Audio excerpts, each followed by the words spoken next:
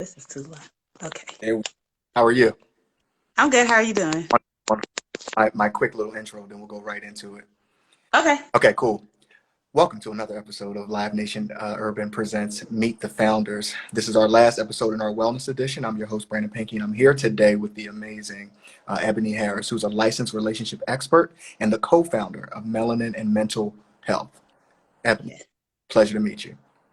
You too. Thank you for having me. Absolutely, absolutely. So if you can, we always like to walk through the journey of everyone that we have here. Just tell us about how you came to co-found this amazing, amazing organization and just your history of, becoming a therapist, why you became a therapist and why you started this. Okay, I'm gonna try to keep it short. Oh, Okay. Because you asked a lot of questions. stop. Okay. Okay. So I am a relationship therapist. I've been a relationship therapist for the past going on 10 years. Okay. It's just something I've always been interested in, is helping people with love and life and Mm, sex and all that fun stuff. And so that's what I've been doing. And then I was using social media as a way to kind of market my business and market my private practice. And so I would also find people to network with. okay. Well, my eventual business partner, Lisa Bokeen, followed me on social media. When I was leaving a lunch networking thing, I like posted on Snapchat, like leaving networking, da da da. And Elise was like, we need to go to lunch together. And so we went to lunch. That's how we initially met, through social media. And we, at that first lunch, we started talking about like, who do you refer to? Because a lot of times when clients are looking for us, they are interested in our expertise, but sometimes they're also, I see Elise in the comments, they're also asking us like, well, if you can't work with me, do you have any other therapists that you can refer me to? And they want someone that looks like them. And so we were discussing like, well, who do you refer to when you work with kids? Because neither one of us work with kids. Who do you refer to when they need insurance? And we were trying to figure out like this list of clinicians. And it was difficult because it's not a lot of us. And then it's not a lot of us that are marketing and that we really knew. So that was just kind of like what our discussion would be when we would hang out. And then from there, we just continued to network and get to know each other. In January of 2017, Elisa had the inspiration to start Melanin and Mental Health. She didn't really know what it meant, but she just decided that she was going to start the social media pages and start putting out information about mental health as it pertains to Black and Latinx communities. And as soon as she started doing it, everybody was like, what is this? What is this? What is this? And so these two things are happening at the same time. We're trying to find clinicians that we can refer to. She started the social media campaign, or these social media pages. And so eventually we're like, okay, let's get some of the people that you know and I know together so we can try to figure out like, who can we refer to? Who are these clinicians that we need to know? And so what we did was we ended up posting the event on the Facebook page, and we ended up having like 30 people show up. People that were just interested in mental health, other clinicians in we both are in Houston, so other clinicians in our area. And we talked and we discussed like difficulties as clinicians of color. We talked about just how difficult it can be to be represented in the field and to feel like you're being seen in the field, and also like building your practice and things like that. And so at the end of that, everybody was like, okay, how do we keep in touch? Who do we know? How do we make sure that we continue to have these referral sources? And so having a directory we both had discussed, and so we were like, we need to talk. And so the next day we went to lunch and we decided this is going to be a thing, this is going to be our business, and it kind of went from there. And so that was 3 years ago, and now we have a directory. We do merchandise, our dope merchandise, so like self-care is sexy, therapy is dope, all of that. We also do we did live events, not so much because of COVID. We used to do happy hours for therapists to get to know each other, as well as our podcast Between Sessions, where it's two brown chicks changing the face of therapy on both sides of the couch. That's amazing. So That's it's amazing. a full spiel. Awesome. What have you been doing during COVID? You said you're not doing live events anymore. Have you done anything, specific during this time? And she's frozen. Or is that me frozen? I think that's her frozen. We're going to get Ebony back in 1 second. I hope. Oh, both sides. All right, can you hear me? I can hear you now. Okay. Sorry, I don't know if that was me. But so we've done a couple virtual events, but really what we started to do, what we're doing with this break is really moving into like making sure that we have 2021 set.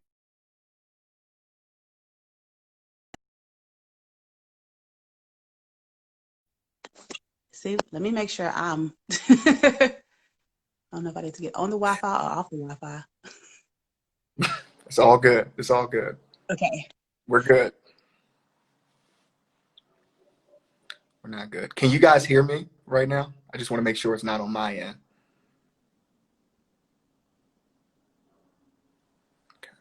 frozen again.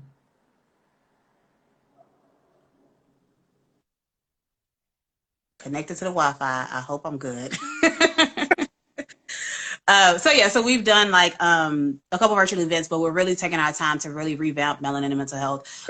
We are completely redoing the website, which will be launching in the next couple weeks, Oh, just so people can have a better experience when they are looking for therapists, so people can have a better experience when they are putting their listings and their practices on the website, as well as we've continued to do our podcast. So that's been coming out pretty much weekly, and just looking for opportunities to grow the business and to make sure that we're having a big impact on our communities. awesome. So I want to touch on you being a licensed relationship therapist, because I think that's important and critical during this time, especially. Mm-hmm. What have you seen, particularly from Black couples, from Latinx couples that you may have spoken with, or individuals about their relationships? I can tell you that it's been difficult, either maintaining or trying to develop something, from a romantic relationship perspective during this time. But I want to know what you've and if there's any correlation to having kids or not having kids, and just the overall, impact of COVID, and even the social injustice that because we deal with that more than other groups. Extremely difficult, especially for minority communities. It was so interesting. Like in the beginning, some people were kind of like, "Oh, excited! Like we get more time together, and so we could spend all this time together." Where other people was like, "Ooh, we already had some issues, and this time together might exacerbate some of that." I think a lot of adjustment is just going on, just in general in the community, but specifically with couples, there's just uh, it's giving them the opportunity to kind of examine more of their relationship, which could be a good thing or a bad thing depending on what they have going on. Really understanding like, okay, these things that we thought we could just kind of bypass because we were going to work every day because we were so busy. Now that we have more time, we're able to kind of identify, okay, there's some things that we truly need to be working on, and there are some areas that we need to be putting more effort into. So a lot of clinicians have actually found that their practices have kind of grown during this time. Okay, I'm like, do I keep freezing? So because people are, now that they're at home, they're starting to kind of recognize like, okay, these are things we need to be working through. These are things we need to be talking about. But we definitely are having conversations about like boundaries, because when you're in the same house with somebody, you think they should be with me all the time. Another person's like, no, I need a little bit of space. We're talking about just how to cope with what's going on in the world and how that impacts your relationship, the conversations that y'all are having with each other, as well as like what you need to be doing to take care of yourself.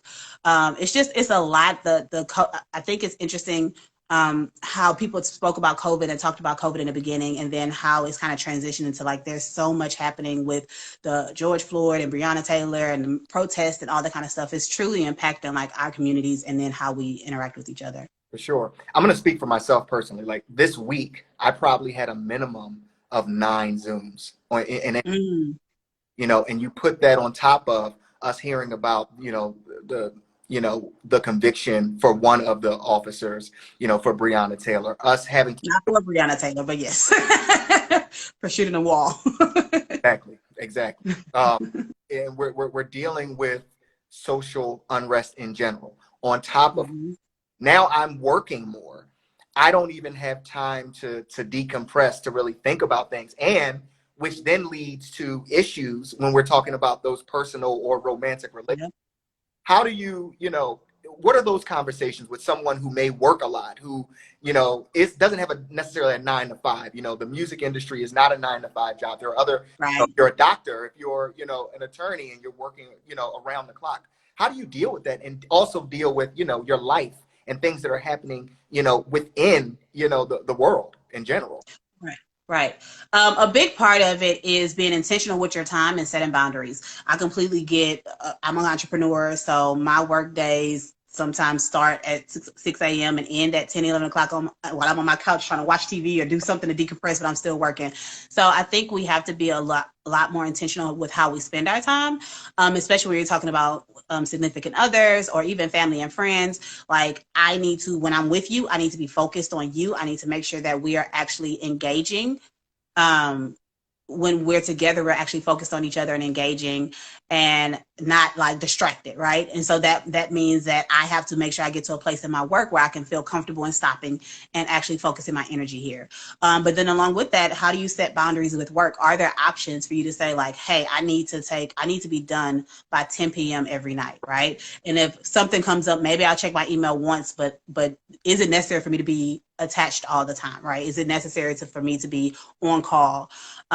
So I think when you do find that balance and figure out like I can really get a bulk of my stuff done at this time, and then maybe I have some other stuff that comes up, but it's not so distracting, is really important. But then also, like I said, that being intentional is the biggest part, because when people have busy schedules, all people want from you is like just a little bit of time, right? And they don't want the interrupted time. They want you to be focused. They want you to be, like, can you talk to me directly? Not can you talk to me and be on your phone checking emails, because that's not intentional.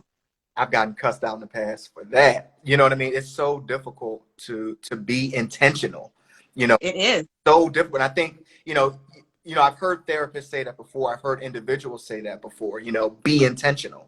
But when we're talking about it's not as easy as it sounds, like be focused, Mm-hmm. because it's 80 million things going on around. Mm-hmm. That's why I think it's so critical what your organization is doing. And I want to ask a question. It may sound silly, but I want to ask Okay. anyway. Why is it important, that melanin and mental health are connecting, Black and Latinx communities to therapists?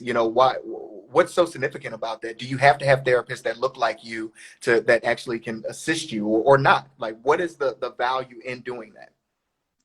You don't have to have a therapist that looks like you, but there are so many boundaries to minority communities, Black and Latinx communities, uh, receiving or being open even to receiving mental health, right? Or help in their mental health. Sure. So we just want to make it as easy as possible, and bring down as many barriers as we can, right? So if I'm looking for a therapist and I have to find someone who takes my insurance, I have to find someone who specializes in what I need, I have to find someone who lives in my area or does virtual, and you have all these things. And then we are focused, sometimes like, well, do I feel comfortable with this person? Because as clinicians, we know that the relationship that you have with your therapist is 70 to 80% of your success. Like, theories and all of that stuff matter, but it's about the relationship you have. So if that's one less thing you have to worry about, especially when we're talking about, are these clinicians competent? Because we don't know, right? Are they going to bring up race? Are they going to talk about the stress that all of our communities have been through Sure. this week? Right. So that makes a big difference in like your therapeutic experience. Even when I'm thinking about people that like I do a lot of work within like EAPs, like going into businesses and kind of talking to their clients or talking to their employees. And it's really, really hard for them when like their managers aren't asking them about it. Nobody's saying anything about it, right? And so I think that it's just certain conversations that make it a lot easier to open up. Is certain similarities that make you feel more comfortable, because therapy for a lot of people they've never done it before. They have no clue what it's about. And so when I walk in, like, am I going to feel at ease where I can just have a conversation, right? We did a talk last night, and I was telling them, like, I talk about my hair. We talked about Chadwick Boseman. We talk about all of it. We discuss these things because those are what make us us, and that's what impacts us and our mental health sometimes. For sure. I want to touch on that, going into the business, the workplace, and maybe not being able to discuss the things that you want to talk about that you may be able to Mm-hmm. home. And it made me think of Du Bois and The Souls of Black Folk. And he talked about a double consciousness or a dual consciousness, Mm-hmm. that African Americans have to go through. Is that more difficult now, with everything going on? Is it more difficult to have to get up and be around, individuals to work, X amount of hours a day and then come home? Do you have that sort of comfort within your home to even talk about it as much, because it's so much? It's like, I'm just trained. I don't even have it in me to Right. everything that's going on, and the mental impact of that. Have you had Yeah. that with your clients at all over the course of the past 6 months? Definitely. I've definitely seen people that, they compartmentalize, right? Work is work. And, you want people to acknowledge, just like when COVID happened, everybody was asking. Oh, don't freeze on that one. Don't freeze on that. Got a phone call. No, I got a phone call. I should have put on airplane mode. Just like when COVID happened, everybody was like, "How are you doing? Do you know anybody? Are you being safe?" Da da da. But then when these other things happen and people don't bring it up, it's like, well, are we pretending like we don't see that this other stuff is happening? Are we pretending like George Floyd wasn't killed in the middle of a street? You know, like, are we going to act like that didn't happen? And so it's, you know, it's easy, not easy, let me not say that. People compartmentalize. They figure out like, this is work, this is what I need to focus on.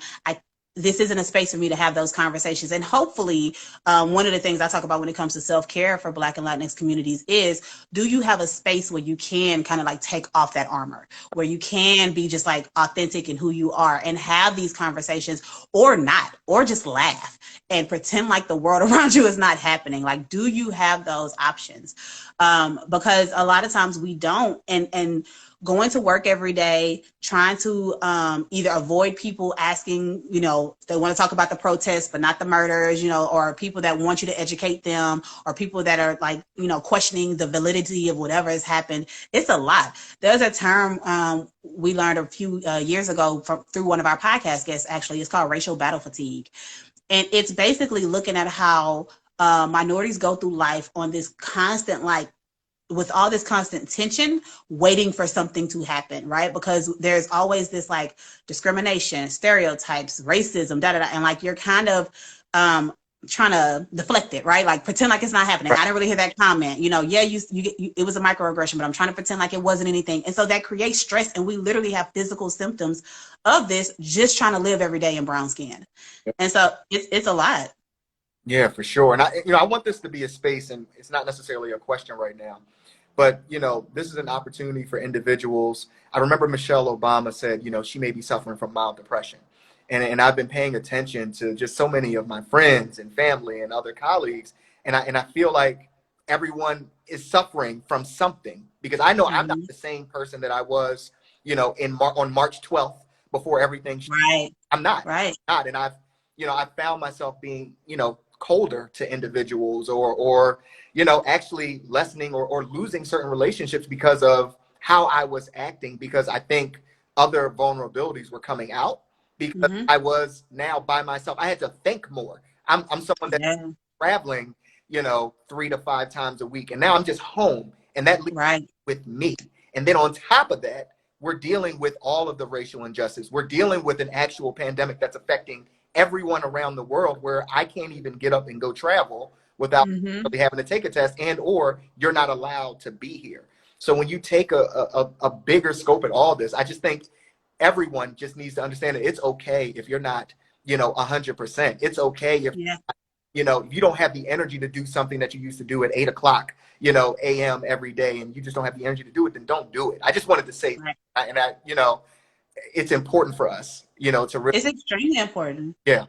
Yeah, it's extremely important. And I think, it's funny when we think about like everything going on in the world, and we talk about like COVID, and I know there are fires in California, and an earthquake just happened, and like we just had horrible like rain in Houston and flooding and all these things going on. And then you think about all of that, and you're Black, and you're Latinx, right? So then is all of the world stuff that everybody else is going on, plus racism, plus discrimination, plus. And so then when we talk about mental health, it's no surprise that we struggle the most. Is And if you look at the history, it makes sense why we don't seek the help, but the reality is we need it the most. And so we really want to just make that accessible and make it easier, and we're trying to find different ways to make sure that we're at least doing our part to make sure our communities are being healed. Absolutely. Ebony, what's that disconnect?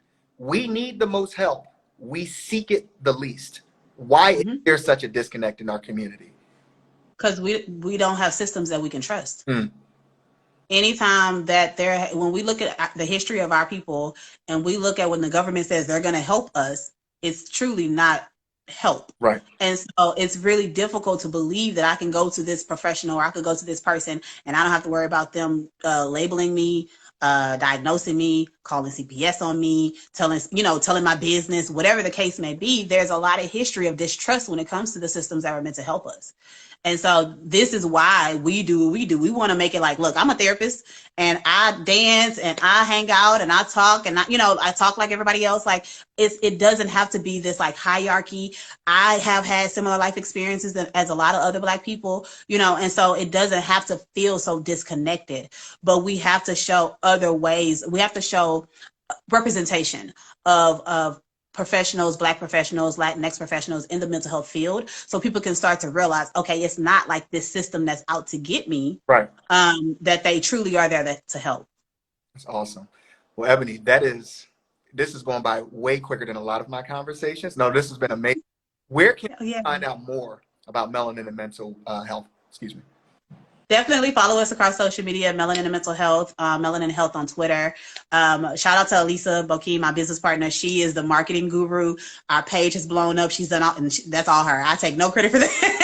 She is amazing with the social media content, all those little memes that you relate with, that you love to repost and all of that. That's all Elisa. Also, melaninandmentalhealth.com. If you're looking for a clinician, if you are a clinician, sign up, and make sure you're looking for updates. Because like I said, in the next couple of weeks, we have some big updates happening with the website. And you can also buy dope merchandise. We have our dope therapy shirts and all that kind of stuff. So check it out. Awesome. Ebony Harris, thank you so much for being here. I might hit you offline. I always have a relationship issue. So uh, this has been another episode of Live Nation Urban Presents Meet the Founders, our final and arguably our most important edition for our wellness edition. So Ebony Harris from Melanin and Mental Health, thank you so much for being here. We appreciate it. All right. Thank you. Take care. Bye. Bye.